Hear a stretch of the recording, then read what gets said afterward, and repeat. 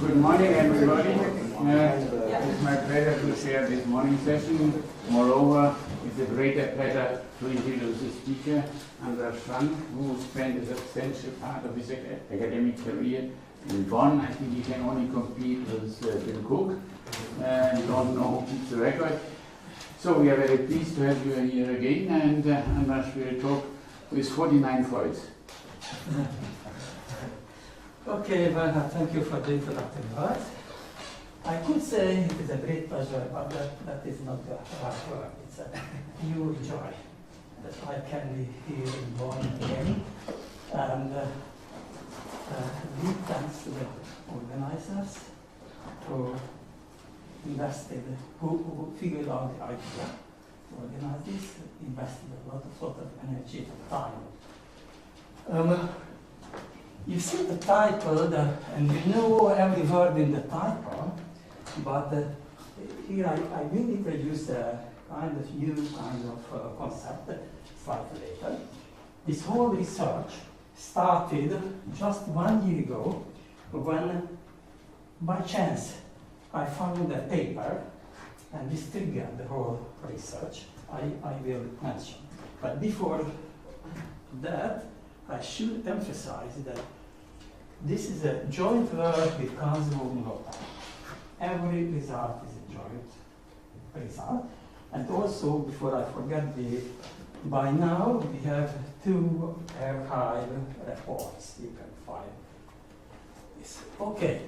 Now, this paper I referred to was about orientations of graphs, new kind of orientations. And I was very much interested in orientations from my childhood. And orientation means that orienting one edge, you have an undirected edge, UV and VU the same. And replace this edge by one of the 2 possibilities, the arc, UV or VU. This is orienting one edge. And orienting an undirected graph means that you orient all of the edges. Okay, and here is a very important, a very important letter, rho. I will use throughout the talk rho, the in degree of a node. The in degree of this node, you see just 1, rho v is 1, and also in degree of a subset. Here the in degree, you have 2 arcs entering the in degree rho 2. So this is the in degree. And a starting theorem, I call it orientation lemma by Hausdorff, given a specification, an in degree specification, and the graph, there is an orientation, so that the in degree of every node is the specification, if and only, and this is one thing. This m tilde v is an abbreviation for the total sum of the m values over v. This is one, and for every subset Z you have this, and this is the number of induced edges by Z. There is an equivalent formulation where you use, instead of that function, this one, and I show you the notation. So this is the m tilde, the sum number of edges induced, and this other function, the number of edges with at least one m node in Z. Fine, and okay, you can extend this result when instead of in degree specification you have lower and upper bounds f and g, and then all theorem, the graph has an orientation, so that here you have only lower bound if and only if, and the same type of inequality, or another theorem you have an orientation with upper bound if and only this one, and the linking property when you require both lower and upper bound. And here you have the linking property, so that if there is a solution to this one, and separately there is a solution to the other one, then there is one single solution to both. I will refer to this linking property in other circumstances. Now, let's go on. And here are, even just a little remark, that this orientation theorem is basically nothing but a reformulation, an equivalent formulation of a degree constraint subgraph problem about pattern and all stuff. And then all the results strongly connected orientation by Robbins. Everyone knows this theorem. Also a long time ago with András Frank, we somehow integrated the two problems, strong orientation and in-degree constraints. And an earlier result, actually a more difficult result by Nash-Williams, I call it the weak form, KR-connected orientation of an undirected graph. You know this one. Perhaps this is not so well known. Stats, prove the characterization of graphs having k disjoint trees, spanning trees. And this implies the root-connected orientation result, although that did not formulate it immediately. Implies root-connected, rooted KR connected means that you have one node and there are k disjoint paths from this node to every other node. This is rooted KR connected. And in slightly later, actually I proved a kind of common generalization of all of these results. KLR connected, whatever I will later define is an in-degree constraint orientation. I found a less than sufficient condition. Okay, and here I remark that in this case, again the linking property does hold.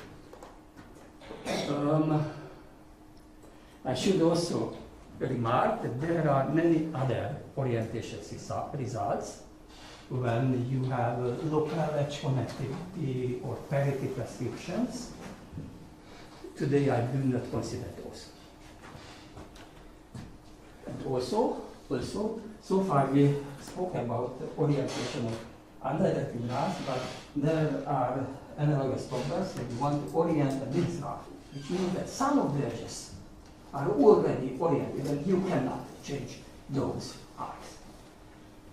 And Bosch and Tyndall extended the theorem of Robbins. It's not a difficult theorem, but a very useful one for mixed graphs.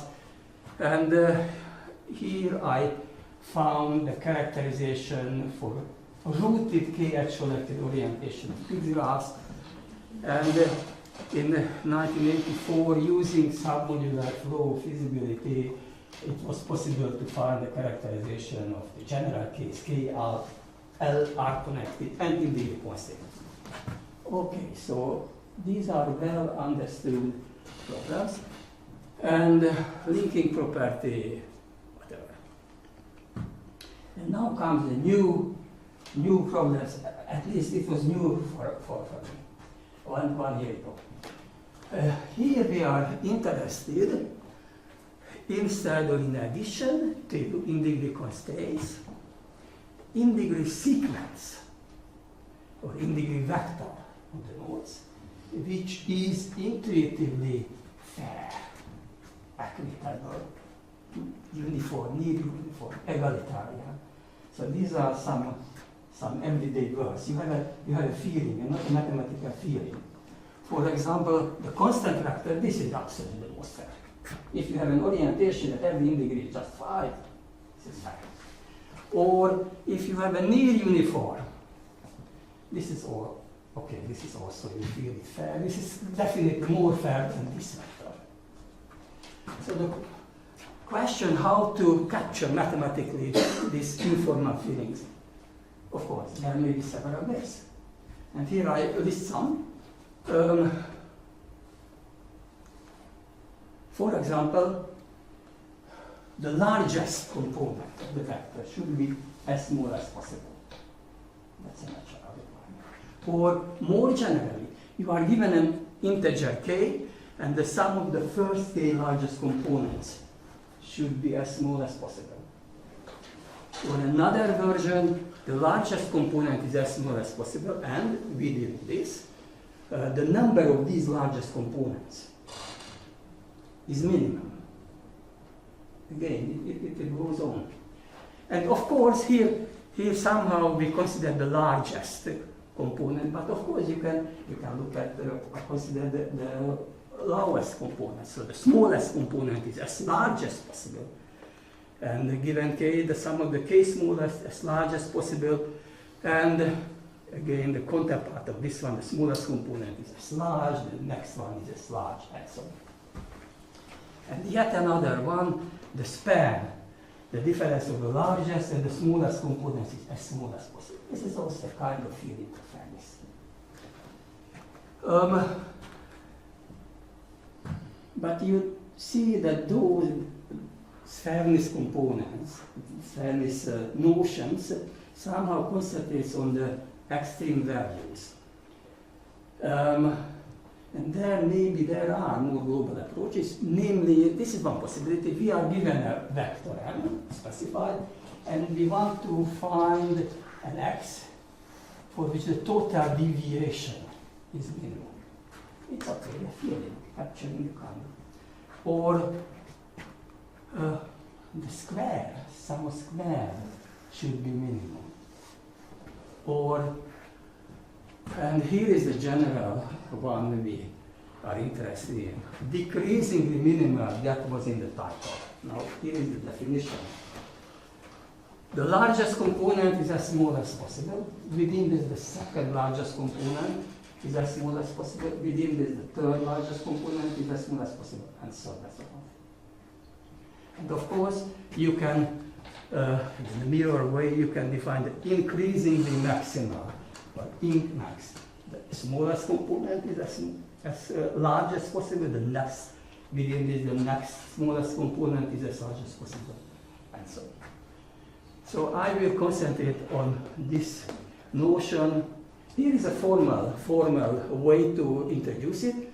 Namely, if you have a vector x, you can reorder the elements in a decreasing order. And in the literature, we found they denote this in this way.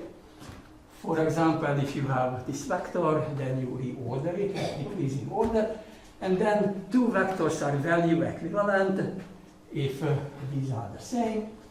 And these are value equivalent. These two vectors are not value equivalent because here you have two files and just one file. And I introduced this quasi-ordering. X is decreasingly smaller than y if this one is lexicographically smaller than this one. Here is a little example. This one is decreasingly smaller than that one because here you have two 5s, but here the third one is 5. So this is decreasingly smaller, and this is just an explanation. And if you are given a set of vectors, you might be interested in the decreasingly smallest one, decreasingly minimal element. This is exactly the same what I explained before. So the largest one is the smallest possible, the next one is smallest possible, and so on. And now comes this paper from the last year. Six authors: Borradaile, Bézias, Miller, Rogal, von Zahn. I will refer to this by these 6 starting letters. They use the term egalitarian orientation. This means that the in-degree sequence is decreasingly minimal. The in-degree sequence is decreasingly minimal.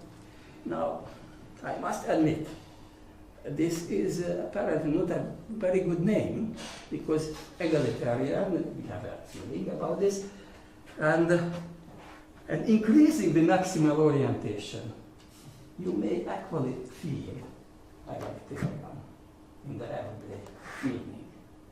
So this is why, at first sight, we were not so happy to have this expression egalitarian, and therefore we introduced the distinction, decreasingly minimal and increasingly maximal. But we are extremely lucky,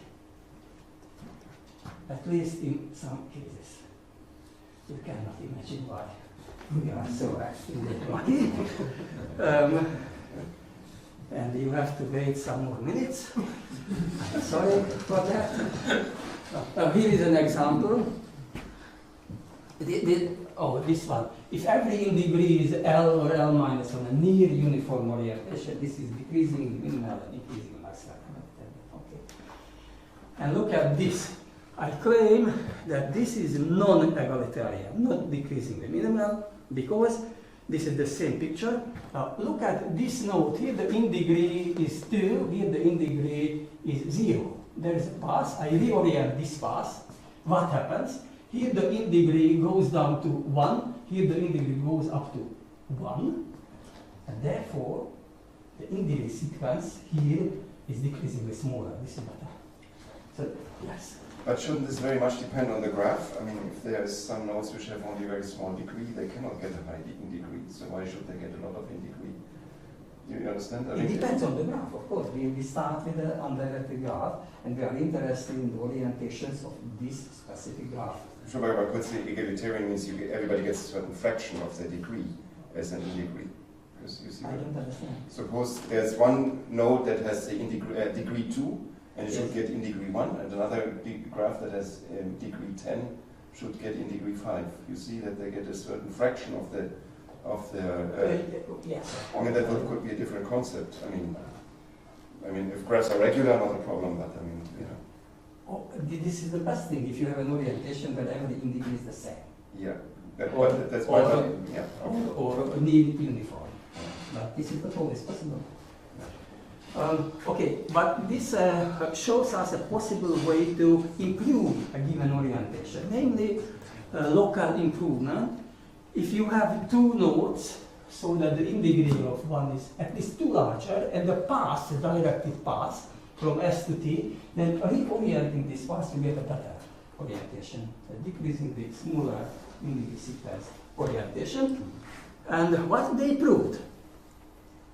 An orientation is egalitarian, decreasing the minimal, if and only if there is no local movement. One direction is trivial, and if egalitarian, then you cannot have. The main content is the other one. Now, this theorem immediately implies that decreasing the minimal is the same as increasing the maximum. So therefore, today they will write to call this egalitarian. Same, I told is legitimate, at least in this case. But if you have in degree constant or n or strongly connected orientation, then the same dichotomy remains. Whether the question increasing the maximal or decreasing the minimal are the same or not. Okay, here I formulated these questions. Are Dec-min and Ingmax are the same for some orientations? And now just we will answer this question. Robes, two-axionatic graph has a strong orientation, okay? And I mentioned this theorem by András Frank, and here I formulated the theorem. A graph has a strong orientation, meeting the lower bound constraints, if and only if you don't have to follow the details. I just wanted to show that, okay, that we have a good characterization algorithm. And also, when you have an upper bound, and also we have the linking property, and to be formal, here this function is the number of components, whatever. So the details are not interesting for us now, only the fact that there is a good characterization for this. And by the way, that's not a central thing. Because of the linking property here, we can say that in this case, this mean span problem is solvable. Every two-axionatic graph admits a strongly connected orientation which is simultaneously minimize the largest in degree and maximize the smallest in degree, just the byproduct. And now let's turn to the conjecture, which, yeah, that was the starting point. They conjectured that they proved the theorem I mentioned, that the same theorem, that analogous theorem, holds for strongly connected orientation. A strong orientation is decreasingly minimal if and only if there is no local improvement. But in a strong orientation, we have to be careful what a local improvement is. Namely, again, we have a node with indices at least 2 larger than another one. But here we must have 2 disjoint ST paths. Because I reverse one ST path, okay, then the degree sequence will be decreasingly smaller. This is fine, but I have to keep strong orientability. Keep strong connectedness. Yes, and this is why we must assume that there are 2. And that was a conjecture. And with Kazuo, we proved that this is actually true. Now let's see the time, okay? Implying, very nice, that in this case as well, for strong orientation, the Dec-min and the Dec-min coincide. Now, okay, but to tell the truth, this is not so obviously natural that it must coincide. And why I want to show you why. No? Namely, if you look at the mixed graph orientation problem, there is an example which shows that if you look at the strong orientation of mixed graphs, Bush and Tigler, then it is not true that a Dec-min orientation is always an convex orientation. For mixed graph, this is not true anymore. And you might be interested, why is this difference? I will show. And even worse, in this case, the path reversing technique does not suffice to find a Dec-min strong orientation. So that was one source of research. But later it turns out that in literature there are several other related problems. And here is one. You know the basic classic theorem of Edmonds and Falkesson. Given K matroids on a ground set, we are interested in finding a basis from each matroid which are pairwise joined. They developed their nested subset condition and algorithm nested. Okay. Now here is an extension of this problem. Find a basis from each MI so that the sum of the characteristic vectors, or incidence vectors, should be decreasingly minimal. So you look at this basis, and this element is contained in 10 bases. This other element in 8 bases, and so on. And you want to find bases so that the most covariant element, the number of bases, is minimum. The second one, of course, if you have k disjunct bases, then this sum is 0, 1. This is definitely Dec-min.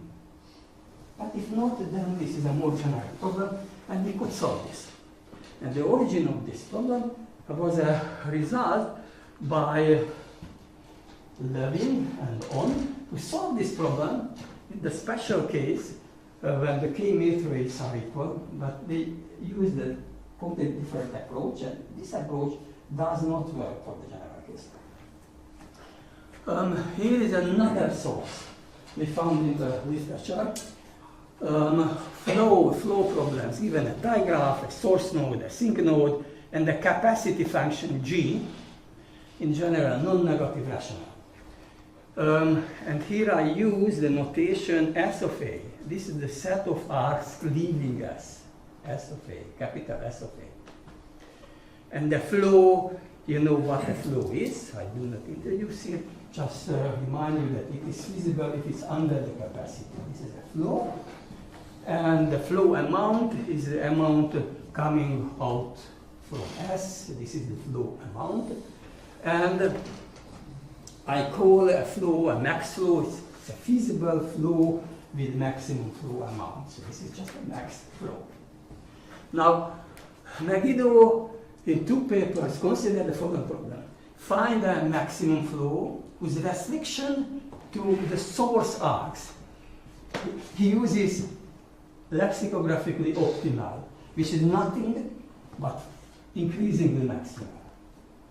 So this is the problem of Megiddo he solved. But I should emphasize that in the max flow problem, typically we are interested in integral value maximum flows, and the maximum impact theorem tells us if the capacity is integer value, that there is always an.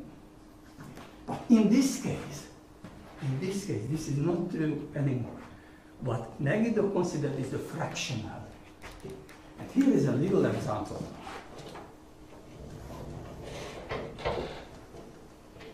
So this is the original Megiddo. The graph ST, all capacity is 1, and I am interested in a maximum flow. Now a maximum flow, this is a minimum cut. The flow amount is 1. And I want a maximum flow so that it's increasing the maximum. And this is the best one, 1/2, 1/2. It's uniform. And here, there are 2 integral solutions. This is 1, 0 here, and this is 0, 1. Meaning that the integral version, this is not decreasing the minimal. Because the largest value is 1 is larger than here. Yes? A part here is lost. No. What we don't understand what it means, like S of A. What is the S of A? Yes, Is S that of A, yes. maximum? Here is S We of lost A, it. the set of arcs leading Oh, the leading, source yes. node. So here with this double arc, this 2 element set. Okay? Isn't that the min vector rather than the max? No. Isn't that the min rather than the max? 1, 0 treats 1/2. So this is neither here the. Oh, because you have to do it again. After permutation.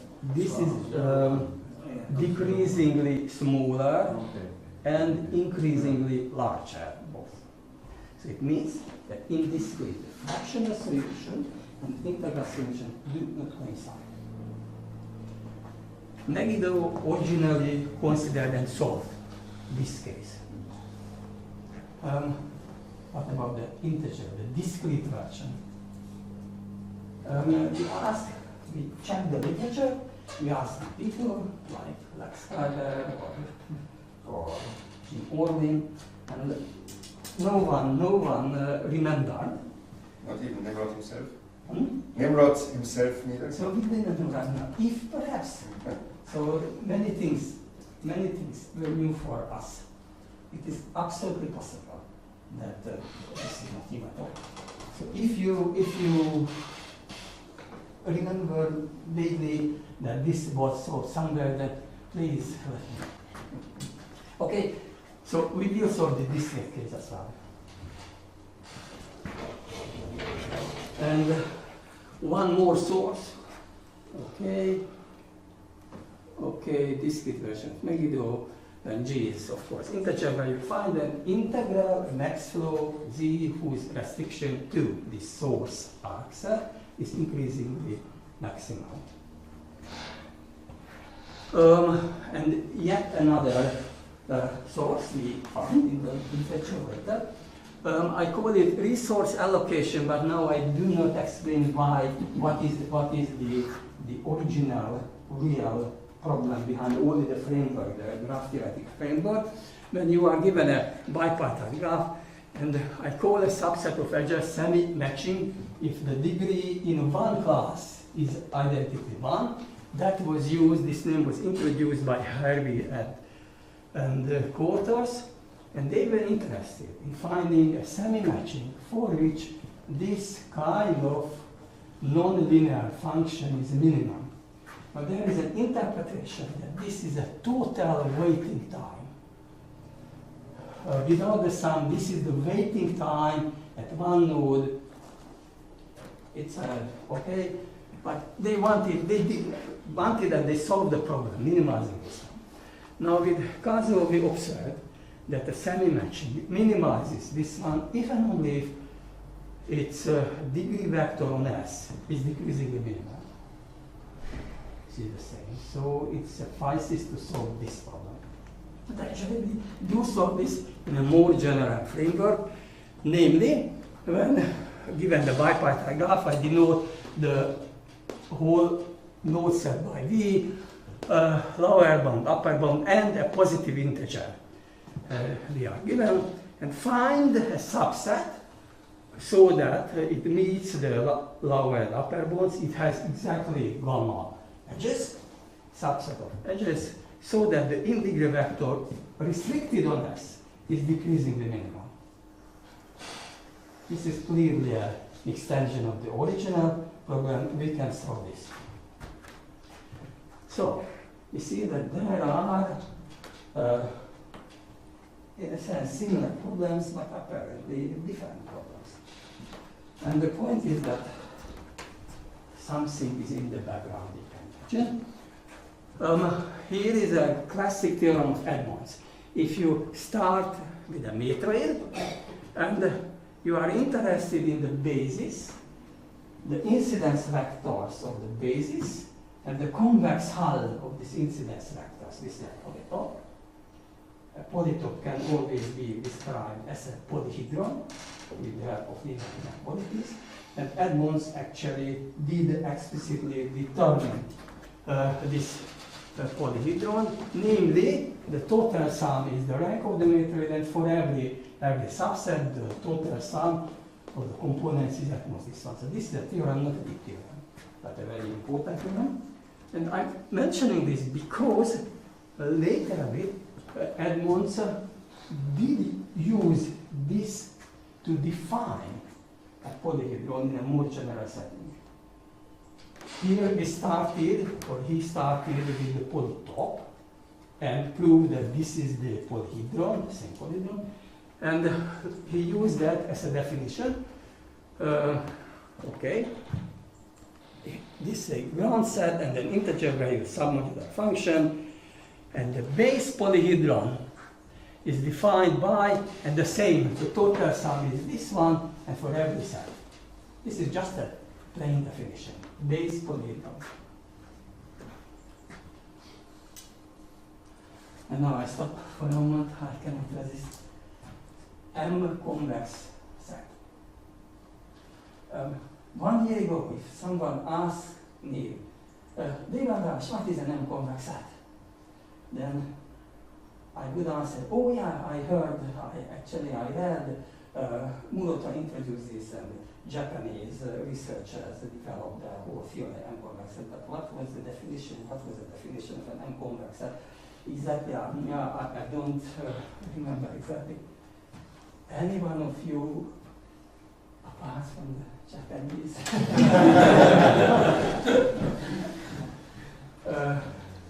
knows what an M-convex set is? Yes. Yes. Okay. Good. Who heard of this name? So that was the base polyhedron. I think this is more well known. Now a little theorem that this is never empty. For technical reason, I consider also that the empty set also a base polyhedron, which cannot be defined in this way. And also another theorem, this base polyhedron uniquely determines the defining function. In fact, and also here I introduce a base polyhedron with the help of submodular function, but it can be introduced with the help of a supermodular function. The only difference is that here you have the reverse inequality. And actually the two things are the same because you introduce this notion of complementary function. This is the complementary function. of B, and if this is submodular, then this is supermodular, and they define the same. And in application, sometimes it's better to work with supermodular and other types submodular. And now, this dotted bay is the set of integral elements of these polygons. Dotted bay, somehow it reflects a little bit your feeling that the integer points. And now comes the great. And this one is called an M-convex set. So the set of integral elements of an integral Base-polyhedron. This is an equivalent definition of an M-convex set. There are other equivalent definitions, but it's very simple. I was able to remember this one. Okay, but once again, an integral Base-polyhedron, every Base-polyhedron today is integral here, and the set of integral elements is called an M-convex set. What does M stand for? Huh? What does M stand for? Matroid.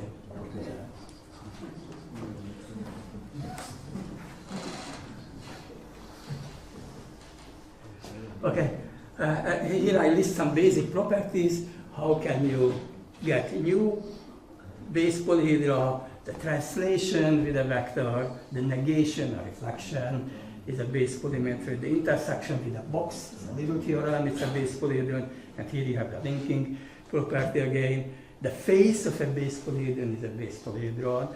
And very important, the sum of Base-polyhedra is a Base-polyhedron again with the integral decomposition property, whatever it is. And yet another very important thing, if P is only crossing supermodular, then this is maybe empty, but a Base-polyhedron.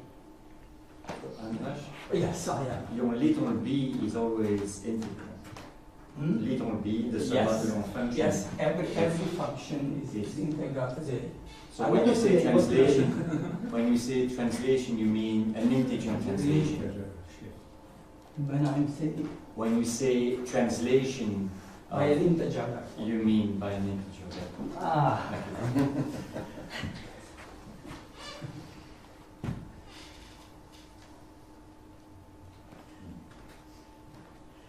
There is a little rule that you cannot be in a talk. You should not be precise. No,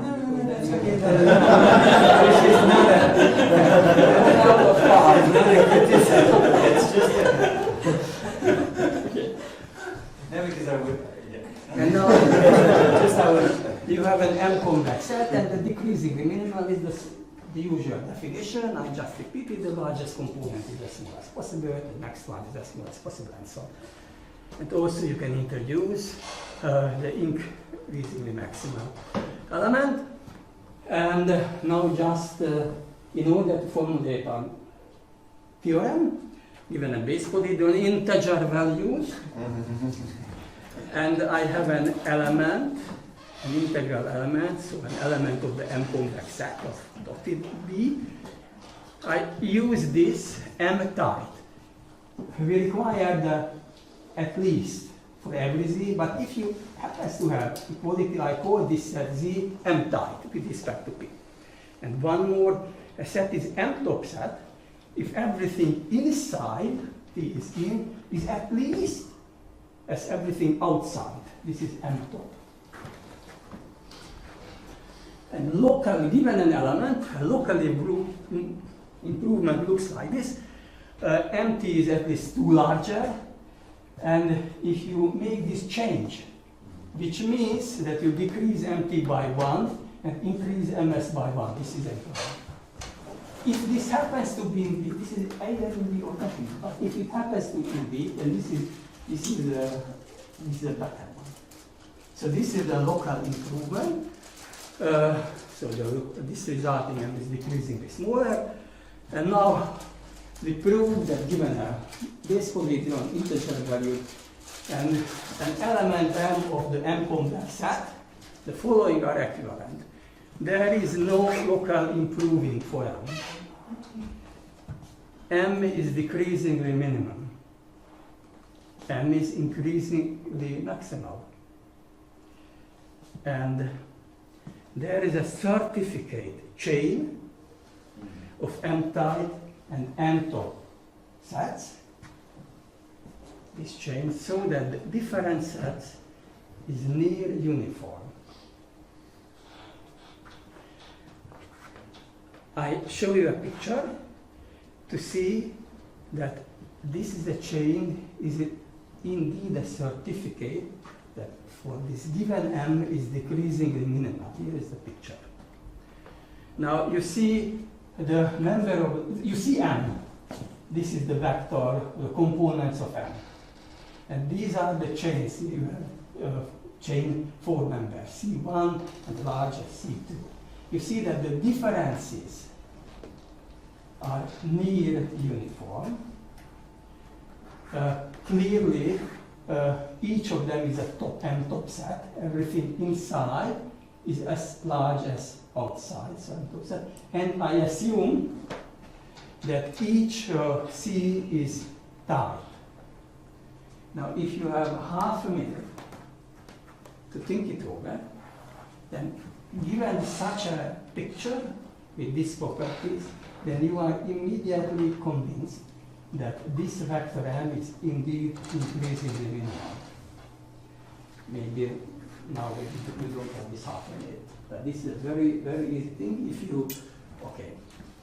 So this is the theorem, and even more, we proved that there is one single unique canonical chain with those properties, which is a certificate for all increasing the minimal number. And I just mentioned that this is strongly related to Fujishiga's, he calls it, oh I forgot the name, principal partition. And this theorem extends another result in another paper of 3 of the 6 authors.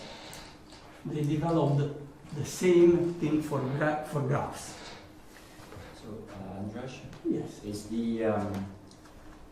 Isn't the canonical chain also the same as what you would get by minimizing the sum of the squares of the elements? So if you take, for example, you take Megiddo's fractional, let's say fractional Megiddo, or if you just minimize, so over that polymatroid, you minimize, over the base polymatroid, you minimize the sum of the exponent, you also get a canonical chain. Isn't it the same one?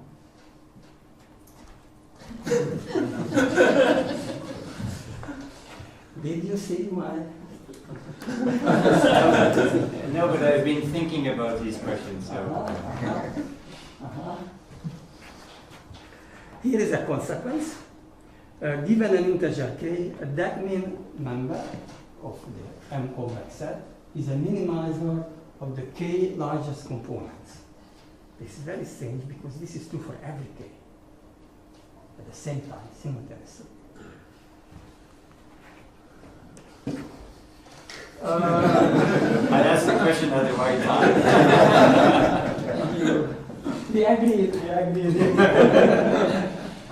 meant to ask you a few So, questions. Fujishiga solved the following problem: find an element, not integer, in a base-polyhedron minimizing the square of the square sum. He solved this. And the discrete version of the same problem, I use this W to abbreviate the square sum, W, square sum. So discrete version find an element of an M-convex set for which the square sum is minimum. And these are 2 different questions. Here, there is a unique solution always. It's unique. Typically, it's fractional. And here I require an integral solution. It's a different problem. Now, actually, indeed, we proved that for a Base-polyhedron or an M-convex set, the two optimum coincide. Square sum minimization and Dec-min the same. But in a sense, it's a big surprise because the quasi-order of this decreasingly minimal is not the same as the quasi-order of square sum. So here is an example that this one is decreasingly smaller because 3, 3, 3, 3, but the third one, 2, is smaller. This is decreasingly smaller, you can check. If you look at the same vectors and the square sum, this is 23. Okay, this is smaller than 26. You see, the square sum 27. That's but this is larger. And still, and in spite of this, Anders? yes.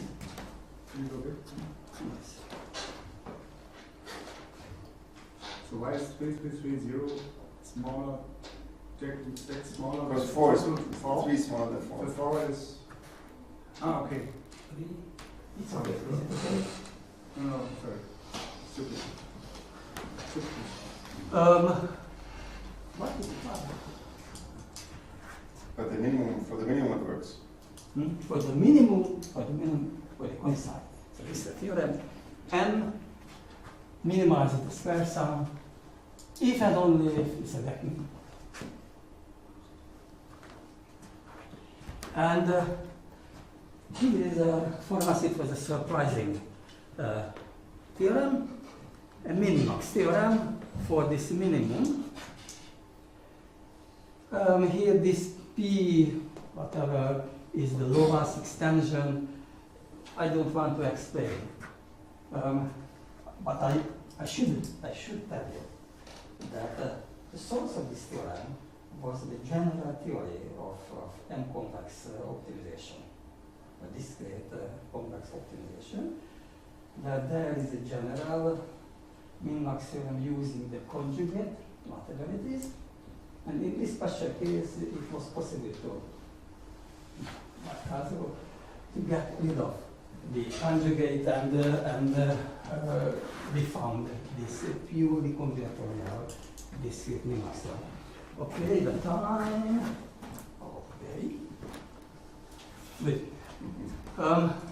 The next result, we described the set of all Dec-min elements. So given again an integral Base-polyhedron, and there is a small box, I'll tell you in a minute, and the face of B, so that an element is Dec-min if and only if M is an integral member of the Base-polyhedron defined by this face and small box, where small box means this is a box, and small if the difference at every node is +1, is a small box. So this is a kind of description, and even more, we prove that there is a matroidal structure of this set of Dec-min elements, namely, again, an M-convex set. There is a matroid at an integral vector Z. It's important, it's particularly important. So that M is a Dec-min element, if and only if it arises from a basis, a characteristic vector of a basis, by translating it. So the Dec-min, and that's the rounding down of the minimizing of the sum of the squares. now here I did not mention, but it's rounding down.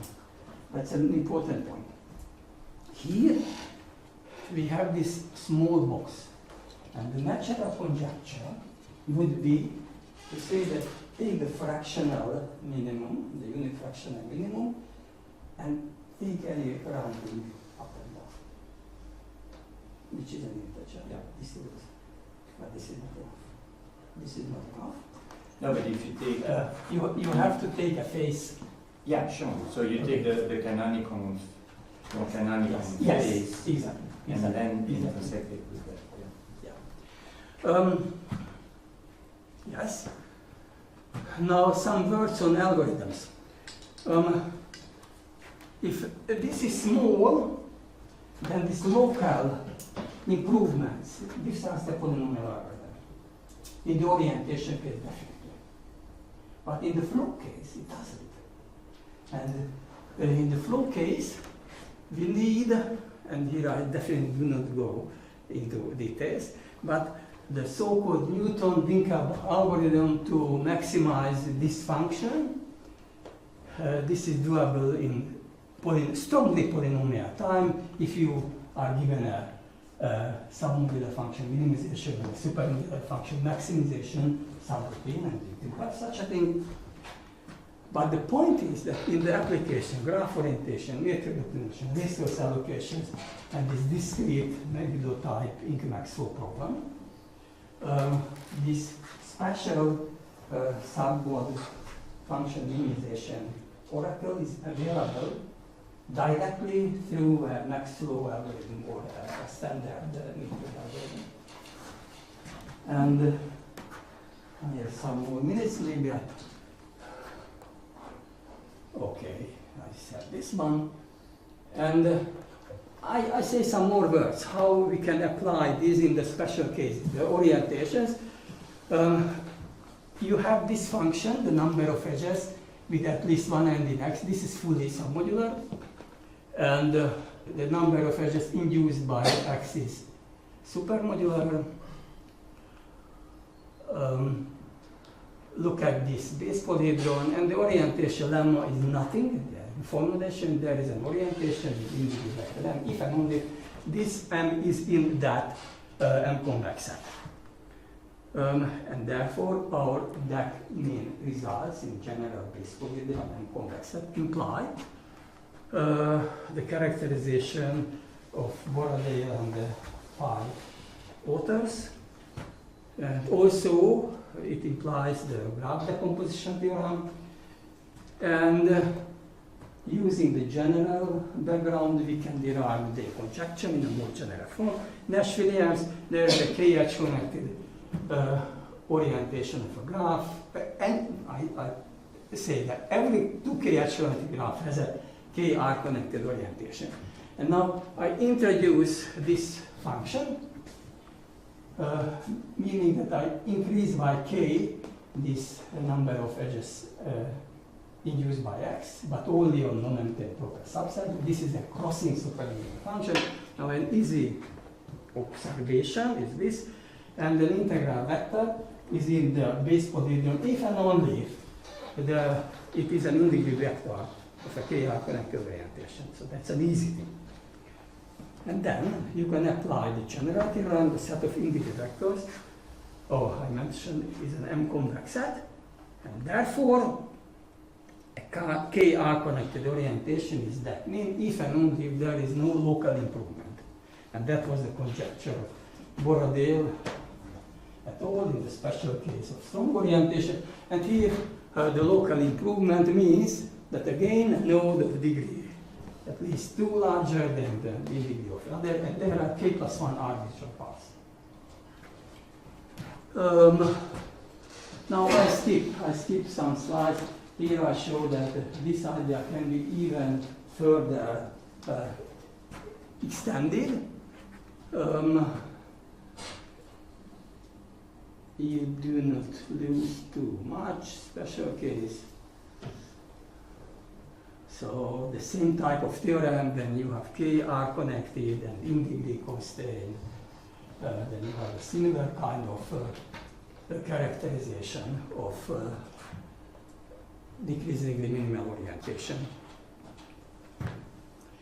And resource allocation. So that was our problem, the resource allocation and graph. And we are interested in a subgraph of gamma edges, which is degree constrained. Degree constraint, and so that the restriction to S is decreasingly minimal. Now this can again be formulated as an analogous problem in the general framework, namely the set of degree vectors on S of degree constraint subgraphs with gamma edges is an M-convex set. You can apply again the general result. There is an algorithm, And here I briefly explained how to solve this matroid optimization problem. I skip it. And the discrete Megiddo. And that was a known theorem. Given a digraph, a source node S and a C node T. And again, this S of A is the set of us leaving S. And the max flows restricted to this set is a Base-polyhedron. This is a known theorem. Therefore, you can apply the generalization. Again, there is a strongly polynomial algorithm.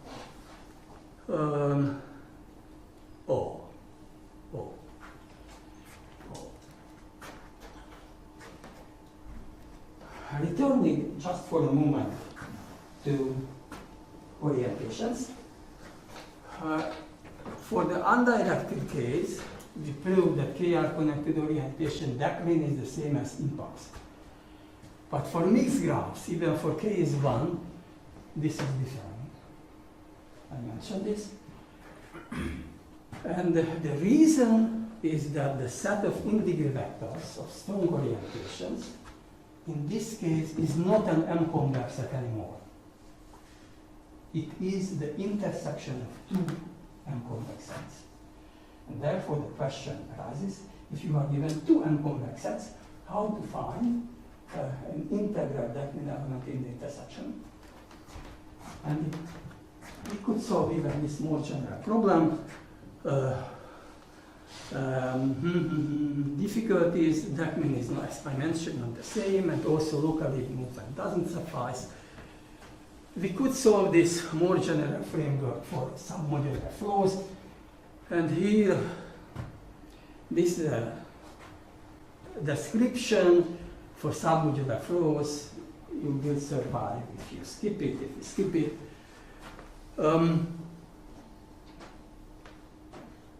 Also, but in a special case, and I will finish with this slide, almost just circulations. I'm mentioning one, it's a funny theorem. Circulation and digraph, you know what a circulation is. Again, integer value lower and upper bounds on the axis. And I consider the set of feasible circulations. This is Q. It's a polyhedron. And dotted Q is the set of integer value feasible circulations. And this is the theorem. There exists an integer value function f prime and g prime in between the given f and g, something like this. Such that an integer valued feasible circulation is decreasingly minimal if and only it is an integer valued feasible circulation with respect to this one.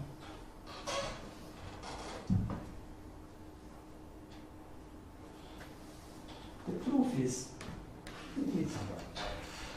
and to compute this f prime and g prime is there is again a strongly polynomial algorithm using only standard flow techniques.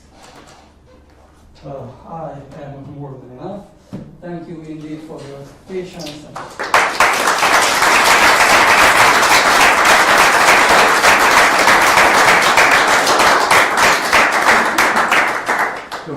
Questions?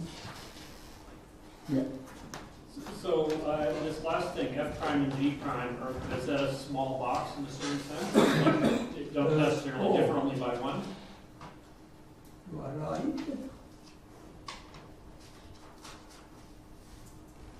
Yeah. Okay. Yeah. Yes.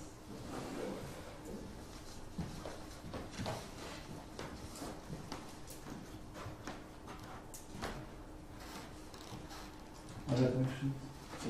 But do you,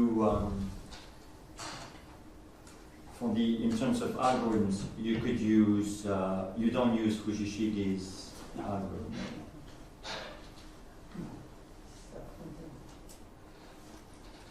that would be an option. It is, actually, it is a possibility, yes. I was told by my co-author. So in like the resource allocation problem, if you have like the fairness on both sides, like you want the Dec-min. So in the resource allocation problem, it's a bipartite graph. Yes. If you have fairness on both sides, that's like comes from this intersection result. Like So can you actually, this is one way, but it is better to use this circulation or flows or modular flows. It's easier, but also another way to use the intersection. So let me ask you a question that's not completely related to what you mentioned. But so suppose that you instead of taking a base polymatroid, you take just a polymatroid, so without the base constraint. Yes. But suppose that this modular function is not integral, and you'd like to look at the integer points. I would say it's a completely different word. Do you understand that word? If you want to describe the convex of the integral elements of a non-integral Yes. Base-polyhedron, Yeah. no one knows. Yeah. Okay, good. Other questions, comments, yeah, that's for Seems to be not the case, so we thank András again.